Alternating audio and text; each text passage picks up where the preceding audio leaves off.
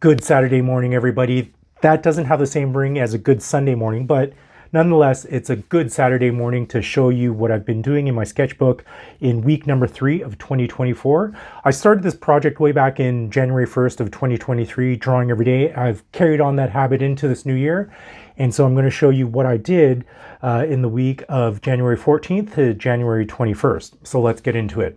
So this is the first drawing dated, well, you're seeing the second drawing, but I started this spread on January 14th. It was a really abysmal pen drawing. You could see it slightly right there. And my ego got the better of me and I needed to cover it up. I'm not too sure if it's for better or for worse, but this is what I had done. If any of my subscribers are viewers of the 80s, I grew up in the 80s, and there was this one drawing show called Captain Mark's Secret City, and he was an artist who would draw these fantastical secret cities and show you the tricks and tips on how to do three-dimensional objects. And this was my take on him, on his secret city canvases. One particular thing that still stands out to me today is the way how he taught how to draw three-dimensional clouds. And this is my ode to Captain Mark and my little spaceship zooming through space and having these sort of cloud after effects there. I'm not too sure if this spread is successful, but it's just a sort of off the top of my head montage of images that I was drawing with my fountain pen. On to spread number 2. Let's zoom in a bit. There we go. Subway man and scribble with naked body man underneath. It is what it is. It's just a it's just a sketchbook spread. This was done in my living room. The perspective is way off looking back at it now. Here's my couch with a side table and some messy stuff around it. Subway person. I love when they're sleeping, they don't move at all. So I get a really nice, quiet, still pose from the model, quote unquote. Some people at Tim Hortons. I've seen this gentleman a few more times since I sketched this particular spread. I think this was his son, but since I've seen him the last 2 times, he's come in by himself.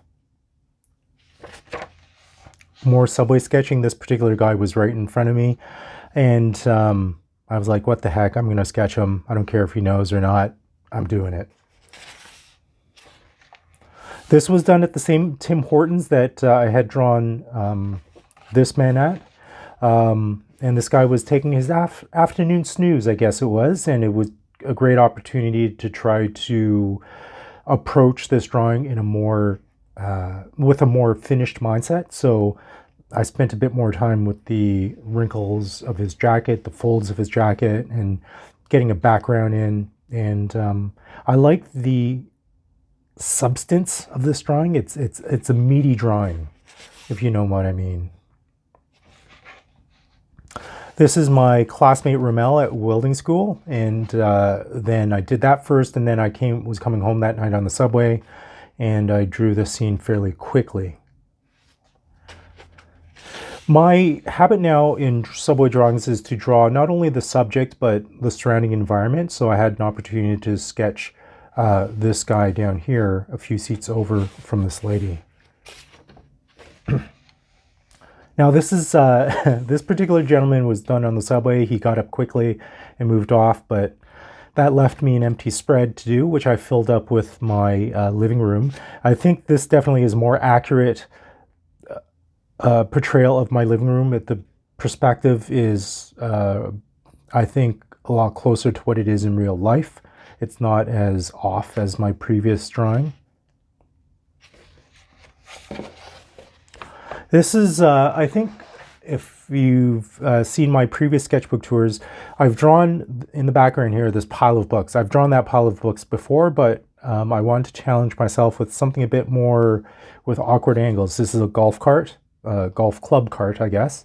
And in this particular spread, I want to put a lot of information down. So how do I convey the primary subject and then not make it too overly complex drawing in the background?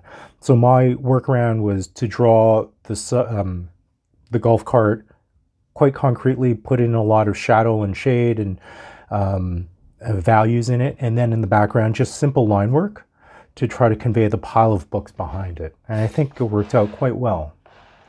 So there it is in its entirety. And the last spread for this particular week, my niece, who I haven't drawn in a while, and it was nice to connect with her.